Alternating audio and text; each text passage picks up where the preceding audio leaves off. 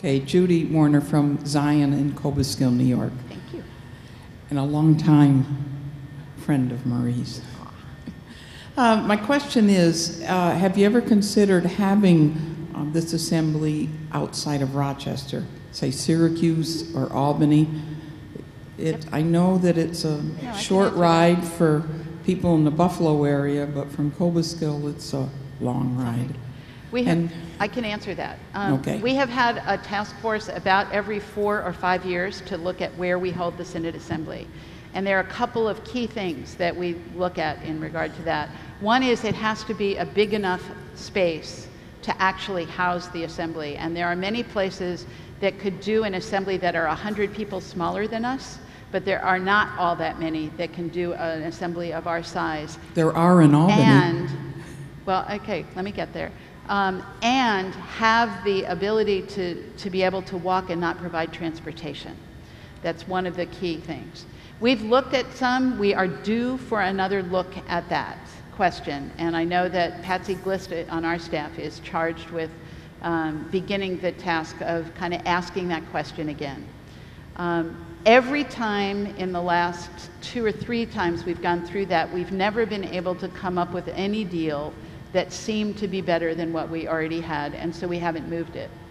The other reality we deal with is that our demographic as a synod is that the center of the synod demographically is in Batavia, which is west of Rochester.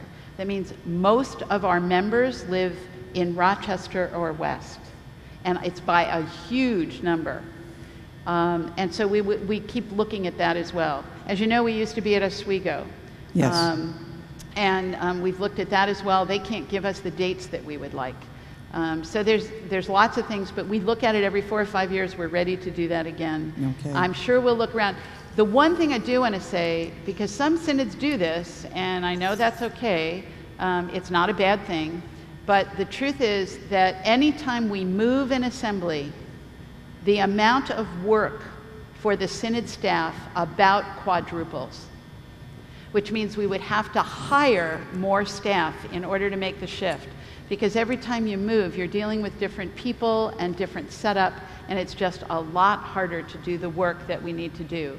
So we're open to doing it, but we also have to count that into the whole configuration. And just from my background, from emergency management end of it, we used to every year have a disaster preparedness conference between 400 and 500 people. And, you know, we were in Syracuse and Liverpool. There was a place where we were all inside. So I know that the places are out there. It just seems a long ride for though it's just a few of us. And we understand also, that. Question on, do you have any kind of like scholarships or anything? I know there are some people and some churches that it's, it's costly to come here, so we try to budget that out, but like just to have a visitor come and have to pay $75 just to be here and sit in, I mean, that's expensive. Okay. So, thanks.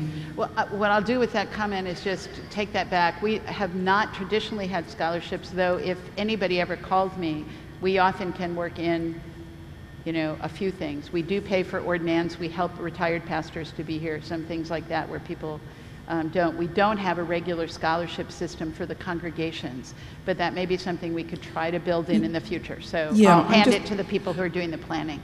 Thanks for the idea. I'm looking at what we're trying to do is bring in the unchurched, bring in people that don't have the means, on things, and this restricts them. So yeah, that's okay. It's a good point. Thanks. Thanks. Appreciate it.